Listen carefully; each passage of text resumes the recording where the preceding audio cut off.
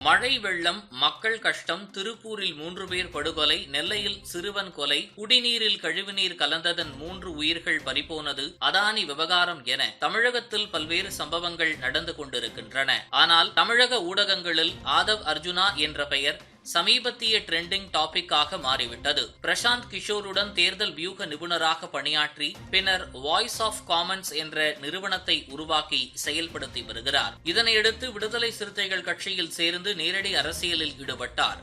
இந்த சூழலில் திருமாவளவனுக்கு துணை முதலமைச்சர் பதவி, ஆட்சியிலும் பங்கு, அதிகாரத்திலும் பங்கு என்ற முழக்கம், உதயநிதி ஸ்டாலின் குறித்த விமர்சனம் உள்ளிட்டவை ஆதவ் அர்ஜுனா மீது கவனத்தை திருப்பியது. அது சர்ச்சையாகவும் வெடித்தது.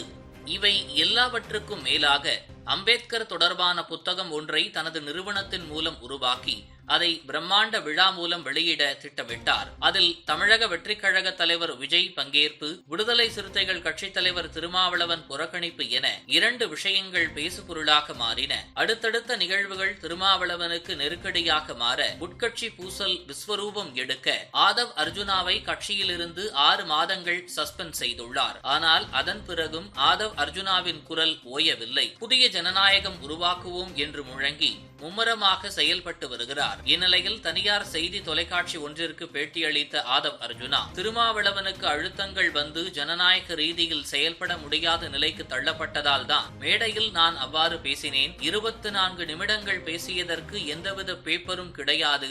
மனதில் இருப்பதை பதிவு செய்துவிட்டு நான் வந்துவிட்டேன் என பேசியுள்ளார். திமுக கொடுத்த அழுத்தம் காரணமாகவே திருமாவளவன் அந்த நிகழ்ச்சியில் பங்கேற்கவில்லை என ஓப்பனாக பேசிய சம்பவம் திருமாவளவனுக்கு சறுக்கலை ஏற்படுத்தியுள்ளது. இதனால் விசிக நிர்வாகிகள் திருமா மீது அதிருப்தியில் உள்ளார்கள். இந்த நிலையில் விடுதலை சிறுத்தைகள் கட்சியிலிருந்து 6 மாத காலத்துக்கு தற்காலிகமாக ஆதவ் அர்ஜுனா நீக்கப்பட்டிருந்தாலும் சிறுத்தைகள் கட்சியை சேர்ந்த மாநில நிர்வாகிகள் மற்றும் 30 மாவட்ட செயலாளர்கள் தொடர்ச்சியான தொடர்பில் இருந்து வருகிறார்கள். மேலும் வெளித்தோற்றத்துக்கு தான் ஆதவ் நீக்கப்பட்டுள்ளாரே தவிர புறத்தில் அவர் கட்சி பணிகளை கவனித்துக் கொண்டுதான் இருக்கிறார் என்ற தகவலும் வெளியாகியுள்ளது.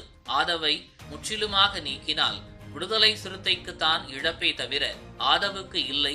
ஏனெனில் அவருக்கு அதிமுக, தவக ஆகிய கட்சிகளிலும் ஆதவுக்கு வாய்ப்புகள் உண்டு. குறிப்பாக திருமாவளவன் மீது அவரது நிர்வாகிகள் கடும் கோபத்தில்தான் உள்ளார்கள். திமுகவுக்கு ஆதரவாக இருக்கும் வன்னியரசு ஆளூர் ஷானவாஸ் பேச்சை கேட்டுக்கொண்டு திமுகவுக்கு வேலை பார்த்து வருகிறார் என்ற குற்றச்சாட்டு எழுந்துள்ளது. குறிப்பாக பதவிக்காக கொள்கைகளை மறக்க தொடங்கிவிட்டார் திருமாவளவன். பிளாஸ்டிக் சேர் முதல் கொடிக்கம்பம், கள்ளச்சாராய விஷயம் என அனைத்திலும் திமுகவுக்கு அடங்கிதான் போயுள்ளார் திருமா. இதனால் கீழ்மட்ட அளவிலும் விசிகவினருக்கு திமுகவினர் மதிப்பு கூட தருவதில்லை. எனவே ஆதவ் பக்கம் சாய்வதற்கு தயாராகிவிட்டனர். இதுபோன்று முக்கிய நிகழ்வுகள், அரசியல் தகவல்களை ஆழமாகவும் மாறுபட்ட கோணத்திலும் அறிந்து கொள்ள மறக்காமல் உங்கள் IND தமிழ் 24x7 பக்கத்தை பின்பற்றிக் கொள்ளவும்.